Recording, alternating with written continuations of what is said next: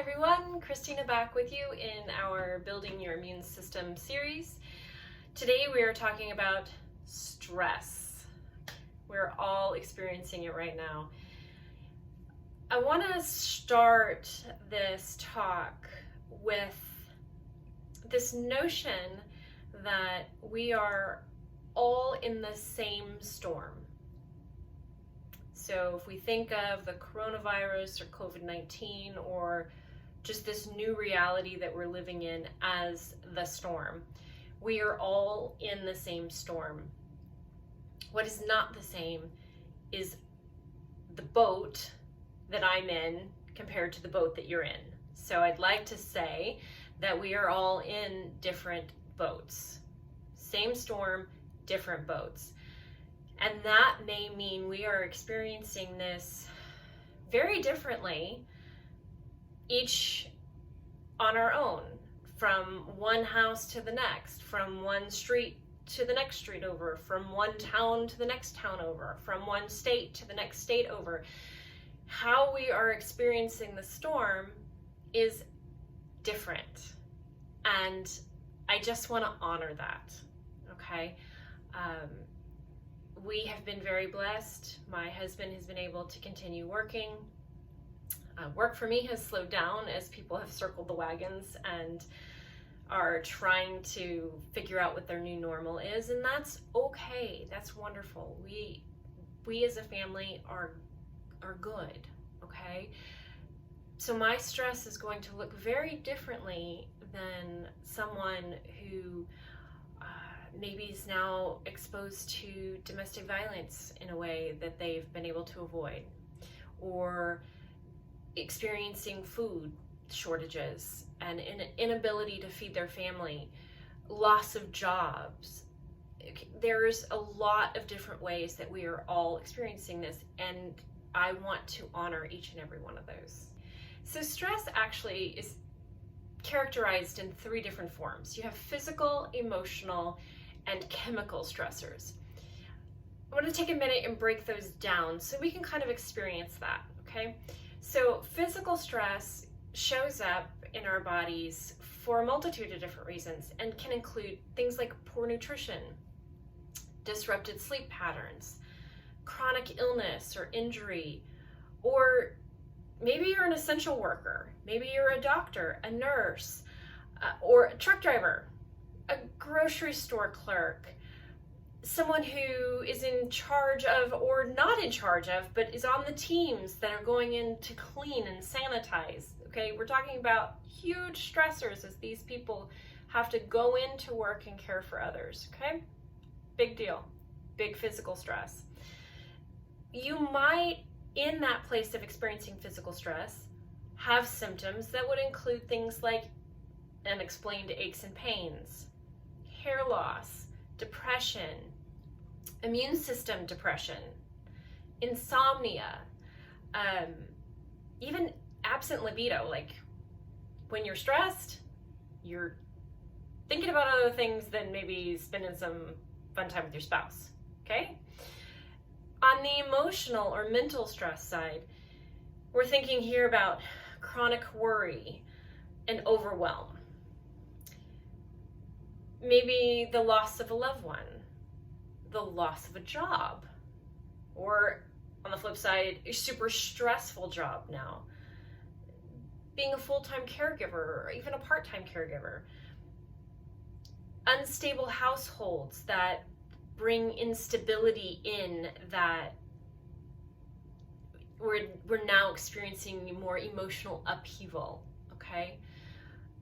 In those situations, you might experience or see antisocial behavior, distancing, which may in fact be harder to see right now because of this physical distancing that we're having to do.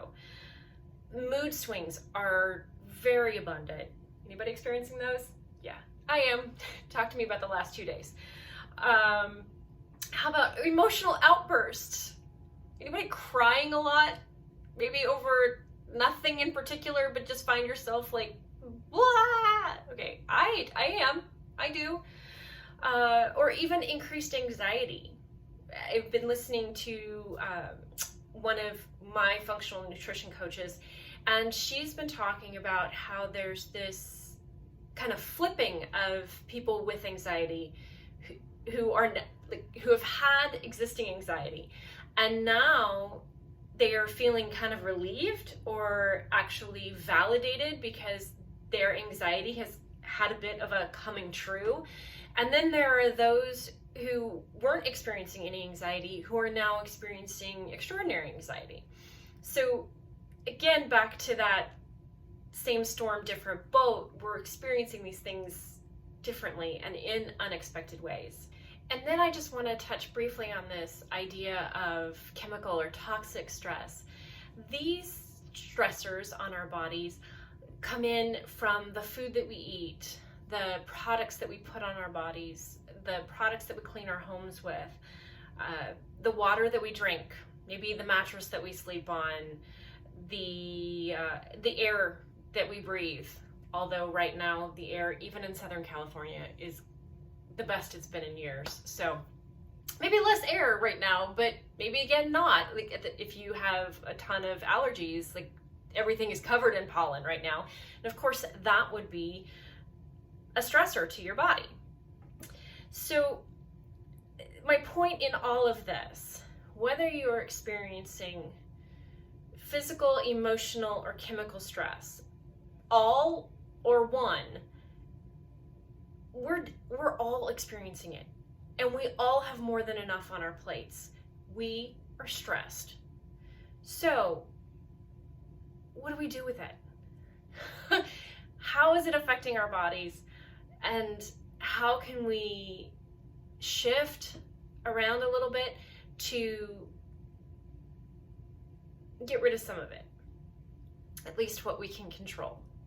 So generally when I'm giving this talk on stress, I do a lot with the notion of the fight or flight system that we have within our body, and the hormones that are affected from adrenaline, cortisol, serotonin, our thyroid hormones, our insulin, even our reproductive hormones of estrogen, progesterone, and testosterone, melatonin. All of those things are dramatically affected. And I think instead of diving into that, I really want to just say that our bodies are full of hormones, and there's a cascade effect that occurs when we are under stress.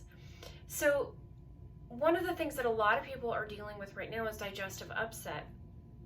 And for me, I think it kind of goes hand in hand with everything that we're experiencing, because when we go into that fight or flight moment, that's the point at which these adrenaline and cortisol rush into our bodies, okay? Because our bodies are going to try to get us either to fight out of it or run, right? Those two hormones then begin to shut things down in the rest of our body because they're unneeded systems. We don't need our reproductive system if we're going to be eaten by a lion. And we certainly don't need to worry about the food that we just ate, so our digestive system is turned off. So our digestive system can become really sluggish, or on the flip side can kind of be hurried along. And so you could be experiencing chronic constipation right now, or you could be experiencing chronic diarrhea right now. Both are normal in that fight or flight kind of response. So with this hormonal cascade that occurs every time we're stressed, if you're feeling out of sorts, I don't need to give you the science behind it. I just want to say it's normal. It's okay to feel the way you're feeling and experience the things that you're experiencing. Again, just validating where you are. And over the long haul, over this period of time that we're in and however long we're going to be here, if we don't back it up, if we don't step back and start evaluating what this new reality looks like, then we could have a whole host of other problems. Because if we're chronically constipated or chronically experiencing diarrhea or stomach upset or inability to sleep or chronic fatigue, all of these things are going to keep us from thriving, which is where I want you. I want you to be thriving, okay? So what I'd like to talk about here is this idea of a circle of influence. Now, I'm an entrepreneur, so this notion of your circle of influence has been in my line of sight for years, okay? But you may not be familiar with it. Basically, it's this notion of what can I affect? What can I do with what I have? If you're familiar with Bible stories, there's this moment with Moses where God says, Moses, what's in your hand? I like to think of this idea of the circle of influence as being, okay, what's in my hand? What can I utilize without recreating something? What can I offer? What can I change? What can I affect? What can I control? Because anxiety comes from where we are feeling very, very small and trying to control something that is way bigger than us. But all of us have a circle of influence. And I don't mean in a business sense. I mean, there are things that each and every one of us can do to affect change for our own personal bodies and hopefully for those people around us that we care deeply about. So when you're done with this video, maybe take the opportunity to just write out a list of what can I affect. I can affect the food that's coming into my house. So if we've all been in vacation mindset, so instead of thinking of this as our new reality, we've been thinking of these as snow days or vacation days. And so I don't know about you, but when I'm on vacation, I eat kind of differently than when I'm eating regularly. So if I've been in vacation mode and I'm eating all the chocolate and all the chips and all the burgers and you name it, then I can affect change there. I can start bringing in healthier meals. What if I can't do that, but instead of binge watching movies or TV shows or binging on social media, what if you went outside and took a walk? What if you chose to go to bed earlier so that your body could get the rest that it needs? These are the kinds of changes that you can affect for yourself. These are within your sphere of influence. So I really encourage you to take the opportunity to sit down with a cup of tea or a cup of something lovely and make a list of things that you can affect change with. It's incredibly empowering when you see the changes that you can make. I want you to practice daily self-care. Now, I know that this is a bit of a button for some people because while some of us are afforded the opportunity to spend more time exercising, there are others of us who are not able to do that because, for whatever reason, different boats. Self-care is universal, and all of us need to be doing it. And it doesn't mean that you have to feel guilty about it. Every single one of us needs to practice self-care no matter where we are. And those things can be deep breathing exercises, standing outside in the sunshine, getting some fresh air, petting the dog,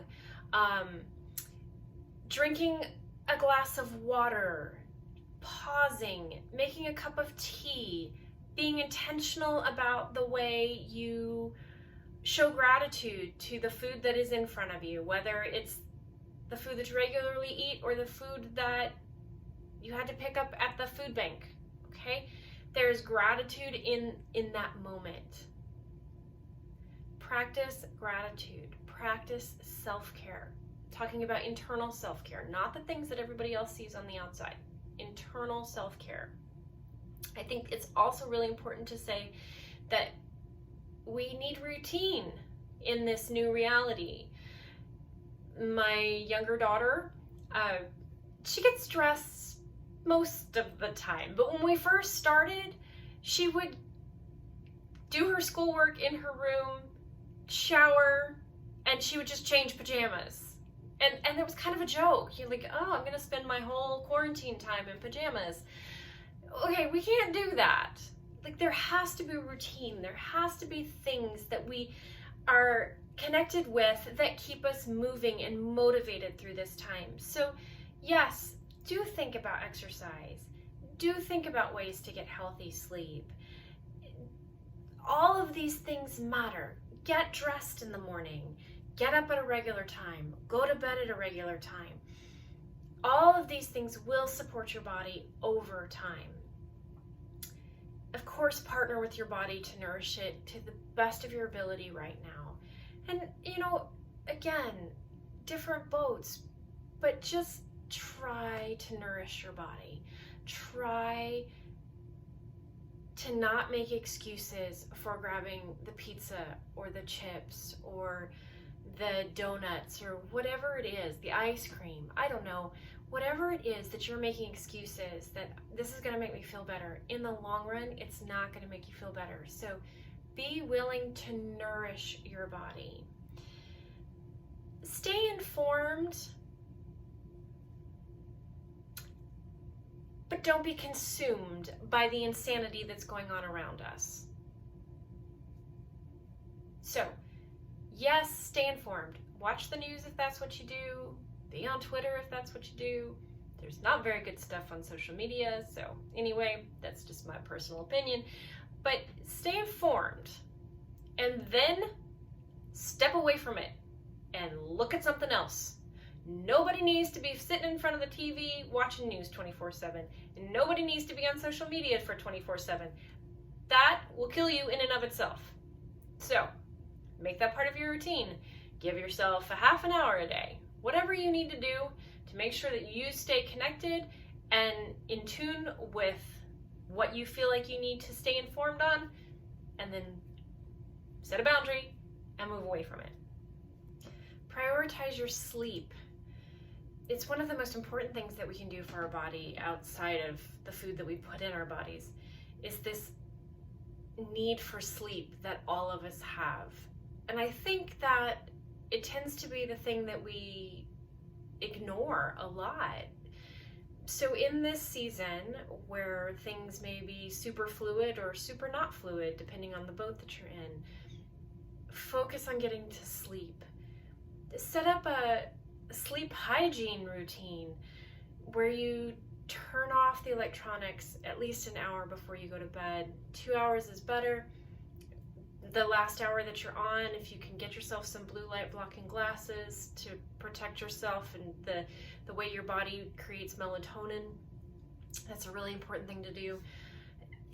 Think about the way that your room is set up. Make it a lovely space for yourself. Have a cup of tea maybe an hour before you go to sleep. Do some restorative yoga or stretching. Read a book. Whatever that time before you go to bed looks like for you, just be intentional about it. Be intentional about when you go to bed and when you wake up. It is super important because our sleep time is our body's most restorative time. So you can't ignore it if you want to reduce stress. I also like to think about the notion of invoking our smell response. And some of you may know I'm a big advocate for essential oils and the support that they can give our bodies when we're creating a foundation for wellness and building our immune system. The most researched area of aromatherapy is actually the effect that essential oils have on our emotions and our moods. So right now is a great time to be using essential oils to support our moods and to reduce our stress. I'm going to be doing a later video specifically about essential oils and the ones that I'm using personally, ones that are very well researched in their support of our bodies. So But for now, I'll just say, if you have some, open them up, smell them, get them on you, get them in a diffuser. They will help support your emotions and your moods, helping you reduce your stress. So I've given you some ideas about this notion of the sphere of influence that each of us have. I really do hope you'll take some time to consider what yours is. It's going to be different than mine. It's going to be different than my next door neighbors or my best friends. And that's okay. And that's a beautiful thing. And your way of navigating that sphere of influence in regards to stress being different than mine is a beautiful thing. So all I want to do is empower you to consider these things. In this season, which is our new reality, because we don't know how long we're going to all be here, we can only do what we can do. And that's okay. So be well, be strong, let go of the stress that you can let go of, recognizing that being under stress right now is completely normal, and give yourself permission to feel what you're feeling and not feel guilty about it. Reach out, even though we are physically distancing right now, reach out to your support system, whether that's your family, your friends, a coworker, whatever that looks like for you. Do not allow yourself to be isolated in this season, because that in and of itself will cause huge stress. So know that I'm with you in spirit, sending you lots of love. Our next video is on movement and ways to incorporate movement.